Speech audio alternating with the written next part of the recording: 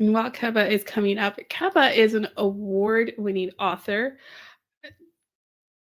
and let me get my lovely notes here.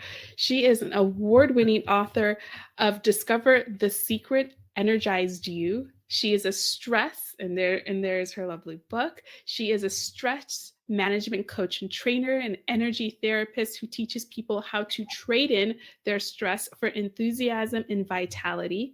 She sees stress as a sure route to illness now or later, and stress management through personal balance as the primary key to wellness and happy, productive living.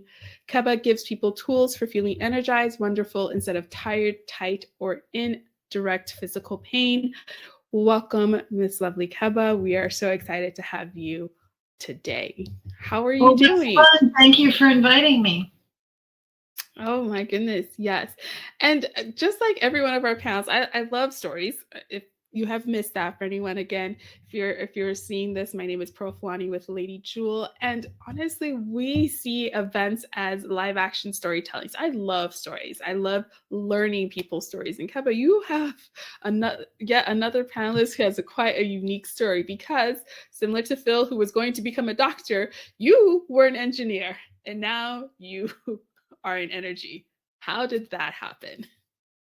Well, yeah, I was an engineering manager and I was a well known flood control hydrologist. And then Those at are a lot of age, words. yeah, just forget all that. But uh, when I was 26, one day, certain of my joints started to burn very painfully. And I thought, mom said that she had arthritic changes in her joints from the time she was 27, and she never did anything about it besides exercise, eat right, and take some anti inflammatory. So it really wasn't a big deal. I thought, okay, well, I look like mom, I sound like mom, have just, how DNA goes in stacks. And I got her stack of DNA. And I thought, no big deal. So I'll have slightly achy joints the rest of my life. No problem. No, within a year, I was burning horribly from head to toe. And I mean every molecule, every cell burning painfully. And so that became my major interest. Is how can we solve pain issues? Because at first, of course, you think, oh, let me reach for a bottle of, and then you have an Aleve or a Tylenol or whatever. You play around with aspirin was very popular at that time. Nah, none of that stuff worked. I had been very active in ballet and dance and yoga, and being active did help, but there were some other things.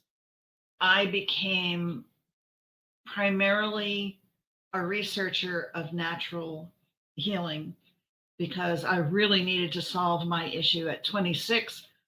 I could see being in a wheelchair by the time I was 40. I could see having no marriage, no kids, no anything that people think that they're going to have that's nice in life. So there was a terrible stiffness with it. So in one job, I worked for the state, and in the cafeteria, I had to hit my lunch tray with my right hip and bounce it onto my forearms because my hands weren't working and they were really painful. So I would then carry my lunch over to a table and I would hit the tray with my left hip and slide the tray onto the table. That's how bad it was. And as you can Wow. see, well, you've met me in person. You know, I'm very flexible and I have a lot of abundant health. So 8 years I spent interviewing people who had pain and stiffness and what did they find helped them and what did they find did not help them. And at the end of 8 years, I was at a party and somebody was telling a boring story. I mean, a story of how she, she, she was living for her arthritis. And my eyes were just leering over because she bought special camping equipment for it, and she bought a special vehicle for it, and she got a special bed for it. And she had basically married her arthritis. And I wasn't interested in doing that. And Okay. here was the change point, because this is at the 8th year from the time it attacked me. I heard myself saying to Nancy Bayfield, well, when I had horrible crippling pain, I don't know what I said to her, because I suddenly became a monitor camera up in the corner of the room, and I was seeing myself done with it. I had You figured know, it out. I loved that. I loved how you made that declaration. When I I was was, looking, it was in I the was looking past. down on me and Nancy Bayfield and her cute little Pomeranian dog, and I realized sometime that with everything I was learning and doing, not through the American Medical Association, none of that medicine helped me at all, which is why I was working so hard on it. I realized that sometime in the previous 6 months it had gone away. It had slipped away. Not like, Mm. okay, goodbye, Kebba, but it had just gradually dissolved. So anyway, the punctuation point in my life is there. I was still working like heck as a flood control hydrologist. And if you ever want to see my list of publications, it's quite long. Which sounds As I very, say, story for another day. yeah, or not. And that's when I realized I was more interested in natural pain solutions than in engineering. So I gave 2 weeks notice and walked out. And boy, were they surprised. Well, So you I've did had a that. holistic healing practice since 91. Yeah, so you did all of that and obviously have been very successful in that. What what were some of the tips and tools that you used to transition from engineering to holistic? Obviously, you're learning because you said you spent 8 years interviewing. So you took your love of learning and really being able to digest information and knowledge and turn it into practical pieces. But what else did you do? Well, and bear in mind that at that time we had no internet. We had Right. no National Library of Medicine, NLM. We had only traveling experts. We didn't have, there were no schools in the United States where you could go and study Chinese medicine, from which a lot of my current day work is sourced. Um, so of course I went to work for somebody else, and somebody else. I worked in a women's beauty retreat, dissolving pain. And I think the other ladies were quite jealous because they did things like pedicures, facials. And what I was doing was quite profound. And so I was out of step with what they were doing. And I worked for a world famous spa, and they allowed me to do energy therapy. It was on the menu at Mm. this world famous spa. And then the Marriott brothers aged out, and somebody else bought that very famous facility, and they don't do energy therapy anymore. They only do your standard thing. So that was a shame. But at that point, I had enough momentum going that I just opened my own office and said, whoever's interested, come see me. Oh, great. So, how did you make that connection with that very well-known spot? Like, what who was part of your community that opened that door for you? I don't remember. It's been quite a while. I think Oh, it's been that's fair. 20 years, but it was, Well, and you know what? It's not even so much the detail, but I'm assuming it was probably that you did have a connection that was able to get you there, which gave you that lovely I exposure. did have someone in my circle. I've always made sure that I circulate a lot, that I know a lot of people, and that I understand what the community is doing and what humans are interested in from year to year, season to season, because that changes. It's very important to your business. And so there was somebody in my circle that said, why don't you apply at this place? And I did, and I was taken on right away. So Yay. But anyway, then the main time in my holistic healing years has been having my own business, and there was never any business conflict, any place where I work. No, never a conflict with my having my own practice. And people who had their pain problems solved by me, never, no longer had headaches, or no longer had that lower back pain, or no longer had that neuropathy, no longer had those stroke symptoms.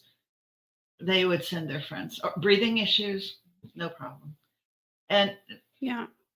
the biggest thing that I learned about pain that embodies is it's usually some emotion that we have. It's some thoughts or some emotions that we have, and those become located in the body in very specific spots according to Chinese medicine.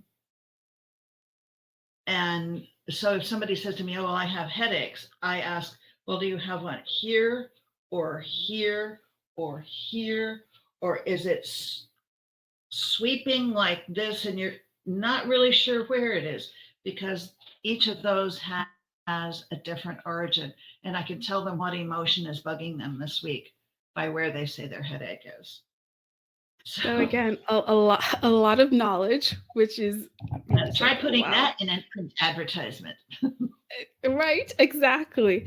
But you said that you took time to get to you build your network, right? Took time to get to know a lot of different people in a lot of different spaces. And then as you continue to work with different clients, building those relationships, continue to build that network, they would send their friends and their families because you were very knowledgeable again on what you were doing and what you were practicing and getting those results, but it was still back to the heart. We're still back to that emotion, understanding their emotional state, which really then um, gave you the education, the knowledge you needed to be a true help and source for them. Yes, and I even had a few dog clients. For me, it's very easy to find the areas on a dog's body that hurt and Mm. to do moves that dissolve those um, discomforts.